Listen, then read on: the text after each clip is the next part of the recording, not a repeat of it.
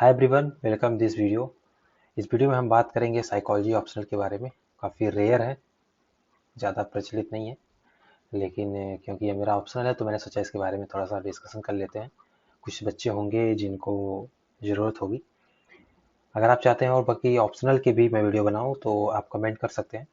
तो बेसिकली इस वीडियो में हम यूपीएससी सिविल सर्विसेज एग्ज़ाम में साइकोलॉजी ऑप्शनल के सिलेबस की डिकोडिंग करेंगे कि क्या इंपॉर्टेंट है, क्या इंपॉर्टेंट नहीं है, और बुक लिस्ट को लास्ट में डिस्कस करेंगे। ओके, तो फर्स्ट ऑफ ऑल हम पेपर वन की बात करते हैं। जैसे कि आपको पता होगा, जो ऑप्शनल पेपर होता है, ऑप्शनल पेपर में दो पार्ट होते हैं, पहला पेपर वन, दूसरा पेपर टू। लगभग सभी ऑप्शनल की पेपर वन जो है थियरी बेस्ड होता है, कॉन्सेप्ट बेस्ड होता है, लेकिन पेपर टू जो है अप्लाइड बेस्ड होता है। ठीक, लगभग सभी ऑप्शनल में यही नेचर ऑफ ऑप्शनल सब्जेक्ट है। अगर कोई बात करे कि नेचर ऑफ ऑप्शनल सब्जेक्ट क्या है, तो यही है कि पहला पेपर थियरी या कॉन्सेप्ट बेस्ड, दूसरा अप्लाइड नेचर का होता है। ठीक, तो पहले पेपर में सबसे पहला जो टॉपिक है, फाउंडेशन ऑफ साइकोलॉजी। ठीक, अगर आप ये वीडियो देख रहे हैं तो मैं मोस्ट प्रोबेबली साइकोलॉजी क्या होता है इसके बारे में पता होगा। Psychology is scientific study of behaviour and mental process. Okay, तो फाउंडेशन ऑफ साइकोलॉजी से पहले हम इंट्रोडक्शन देखेंगे कि साइकोलॉजी की डिफिनेशन क्या है, हिस्टोरिकल पर्सपेक्टिव्स क्या है, 21st सेंचुरी में साइकोलॉजी कैसे डेवलप हुआ, साइंटिफिक मेथड क्या है, और बहुत। सेकेंड में है मेथड ऑफ साइकोलॉजी। साइकोलॉजी का मेथड क्या है, रिसर्च क्या होता है, डिस्क्रिप्टिव रिसर्च क्या है, इवैल्यूएटिव रिसर्च क्या है।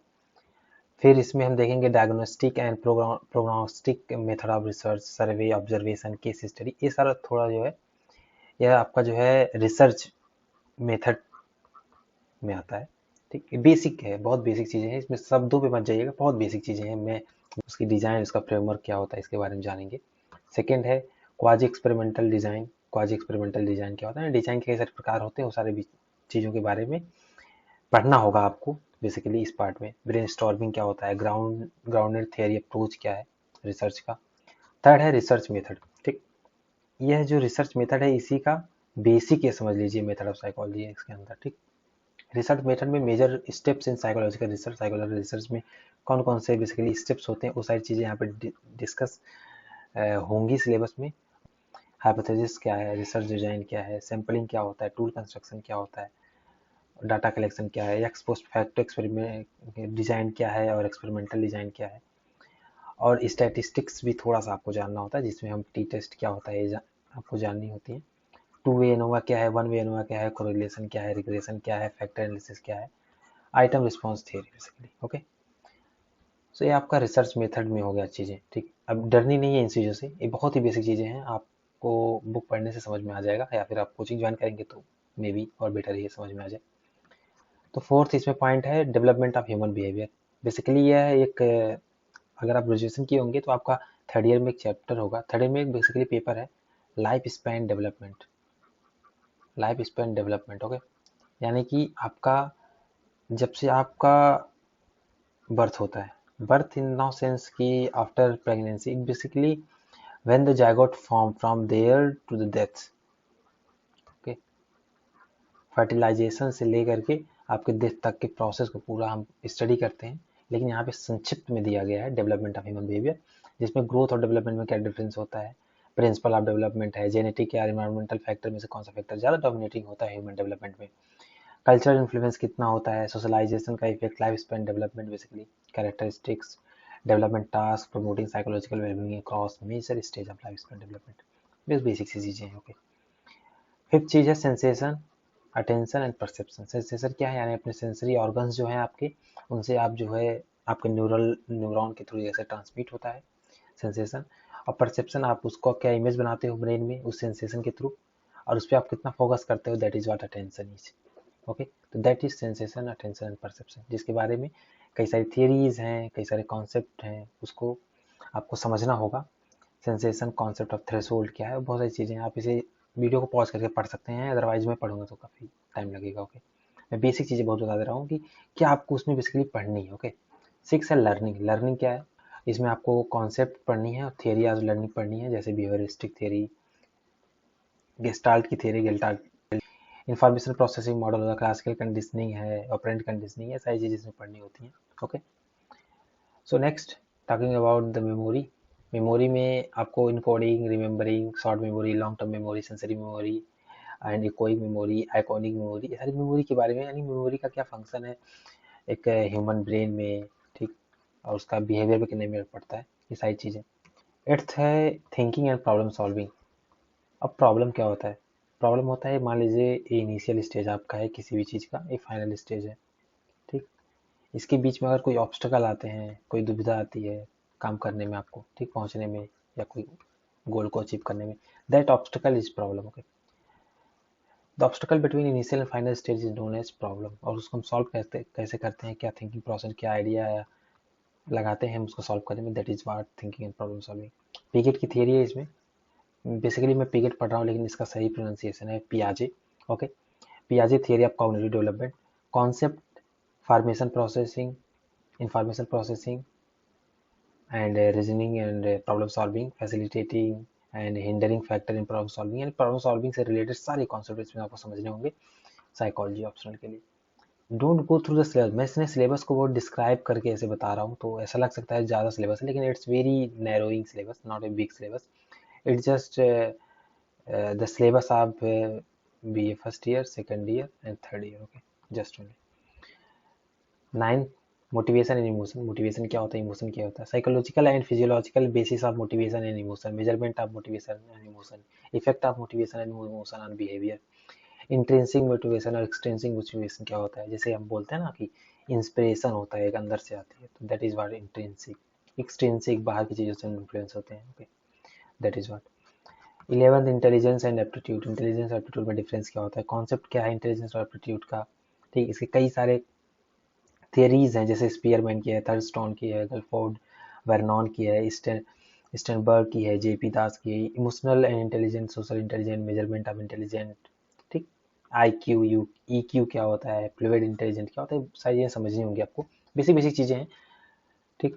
11th है पर्सनालिटी। पर्सनालिटी क्या होता है, definition of personality, concept of personality, theory of personality इसमें पढ़नी होगी आपको। Socio culture, interpersonal development, humanistic, behaviouristic, trade and type approach, measurement of personality क्या है, ठीक। इसमें 5 फैक्टर थियरी क्या है, इसको भी जानना होता है। 12th है एटीट्यूड, वैल्यू एंड इंटरेस्ट। तीनों में काफ़ी बेसिक सा नैरो सा डिफरेंस है, ठीक। एटीट्यूड क्या होता है, बेसिकली आपके एक इवेल्युएशन होता है। एटीट्यूड क्या है, एटीट्यूड एक इवेल्युएशन है, ठीक। बेसिकली एटीट्यूड की इवेल्युएशन है आपका, ठीक। आपके जो एक्सपीरियंसेस हैं उसके अकॉर्डिंग आप ट्रीट करते हैं, और ट्रीट करने और पास्ट एक्सपीरियंस के बीच में जो आप करते हैं उसे इवेल्युएशन बोलते हैं। इवेल्युएशन जब आप करते हैं that is what attitude. Okay, fostering value, formation of stereotype, prejudice, prejudice और स्टीरियोटाइप कैसे फॉर्म होता है, जिसको हम कभी कोई एटीट्यूड भी बोलते हैं। लैंग्वेज एंड कम्युनिकेशन, लैंग्वेज क्या होता है, ठीक। स्ट्रक्चर एंड लिंग्विस्टिक हायरार्की क्या है, लैंग्वेज एक्विजिशन कैसे होता है चाइल्ड में, ठीक। लैंग्वेज डेवलपमेंट की थियरी है स्कीनर की, कॉस्की की। Process and type of communication क्या है, कई सारे स्टेज होते हैं कम्युनिकेशन के, ठीक। इनकोडिंग है। कम्युनिकेशन के लिए सबसे इंपॉर्टेंट चीज़ क्या है, सिर्फ इन्फॉर्मेशन दे देना ही कम्युनिकेशन नहीं होता है। अगर जिसको आप इन्फॉर्मेशन दे रहे हैं अगर वो रिसीव करता है और फीडबैक देता है, then we can say the communication is completed. Okay, तो 14th है issue and perspective in modern contemporary psychology. Modern time में जैसे आर्टिफिशियल इंटेलिजेंस हो गया और बहुत सारी चीज़ें हैं, मेडिटेशन हो गया, ये सारी चीज़ें में मतलब मॉडर्न वर्ल्ड में जो है एक पर्सपेक्टिव कंटेम्प्रेरी इशू के बारे में, साइकोलॉजी का क्या पर्सपेक्टिव है इसके बारे में बात होगी, ठीक। एक पेपर 1 यहाँ खत्म हो जाता है, ठीक। इधर पेपर का 14 टॉपिक्स हैं, पेपर 2 में आते हैं। पेपर 2 भी मैंने आपको जैसे बताया, पेपर 2 जो है थोड़ा अप्लाइड नेचर का है। पेपर 2 किस नेचर का है, अप्लाइड नेचर का है, ठीक। इसके लिए अप्लाइड साइकोलॉजी की एक बुक आती है AP स्मारक स्वयं की, आप उसे पढ़ सकते हैं। और कोई ऐसे बेसिक सब बुक नहीं है, क्योंकि अगर हम बुक बताएंगे तो हर एक टॉपिक का एक बुक है, हर एक टॉपिक का एक बुक है, ठीक।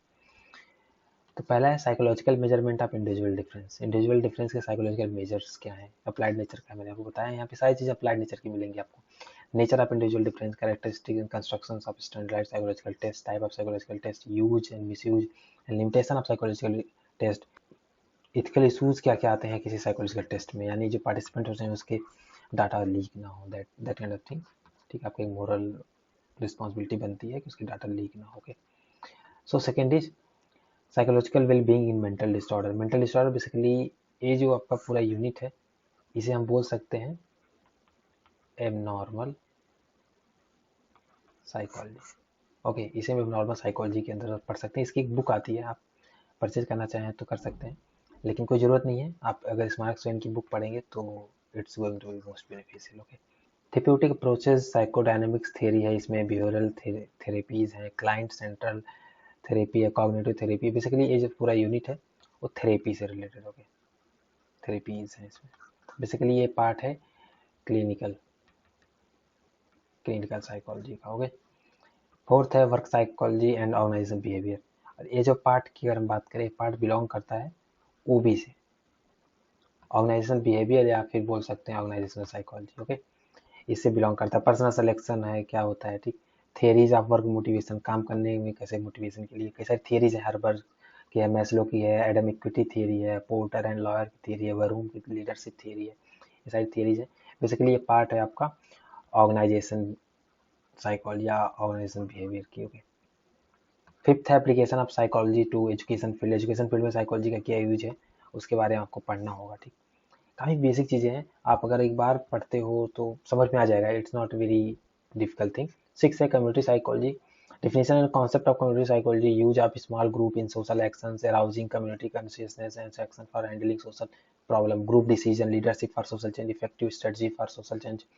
बेसिकली ये आपको लीडरशिप स्किल को इन्हेंस करने के लिए है। Okay, rehabilitation psychology, primary secondary tertiary prevention programme, role of psychologist organising of services for rehabilitation of physically, mentally and socially challenged person including old person। यानी बेसिकली कि जो मेंटली, सोशली एंड फिजिकली जो है challenge person है उनके लिए psychology कैसे rehabilitate कर सकते हैं साइकोलॉजी की हेल्प से, दैट थिंग।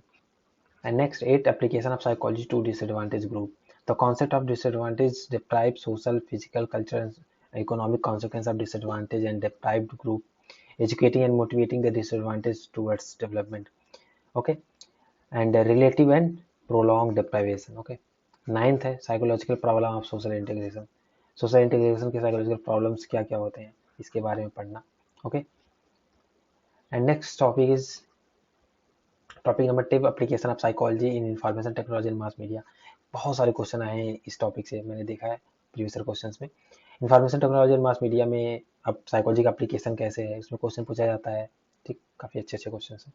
11th है psychology and economic development, economic development से कैसे रिलेटेड है साइकोलॉजी। ओके, 12th है application of psychology to environment and related field. Environment और एनवायरमेंट से रिलेटेड फील्ड पे साइकोलॉजी का एप्लीकेशन के बारे में यहाँ पे पढ़ना होगा। Impact of rapid scientific technology growth on degradation of environment, environment को बचाने के लिए साइकोलॉजिकली कैसे तैयार कर सकते हैं लोगों को।